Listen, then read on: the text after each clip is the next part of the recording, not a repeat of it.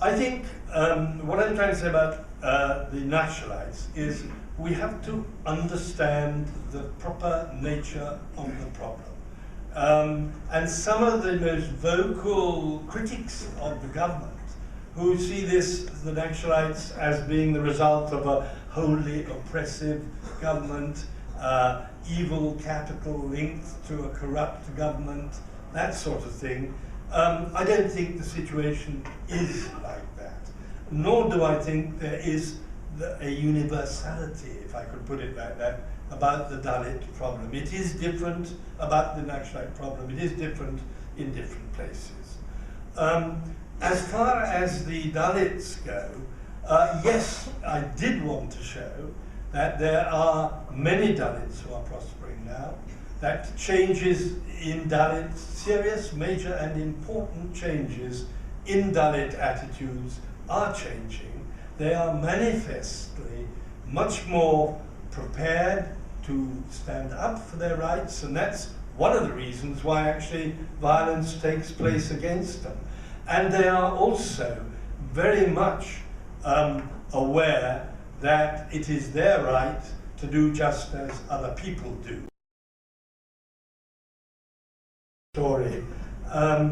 I believe not only that a police answer cannot be the only answer, and many other people, of course, write about development and all the rest of it, but equally I believe the police answer cannot be even as effective as it could be because of the bad training of the police and because of the demoralization of the police, which comes out very well, I think, in one of the interviews with a junior level policeman.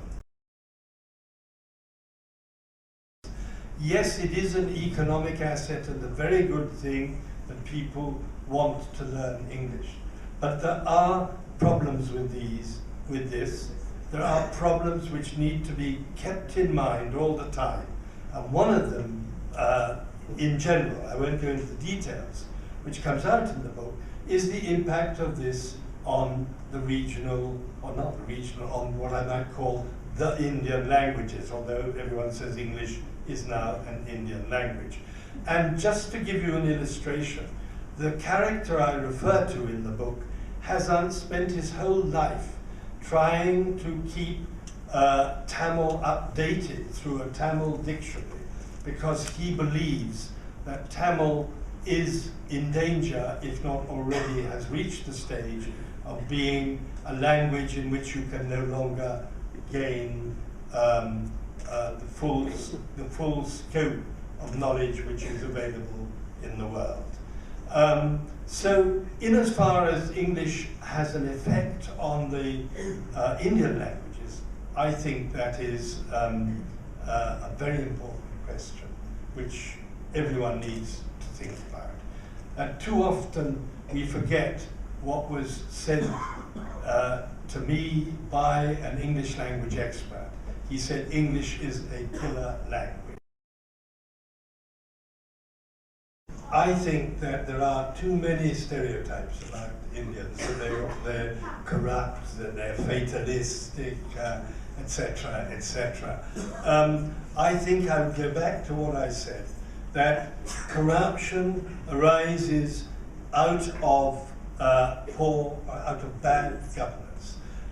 One of the reasons, most obvious reason, which does come out in the Tata chapter in the book, is the way that the politicians and the bureaucrats can interfere in so many spheres and in so many decisions, and twist decisions to suit their own convenience.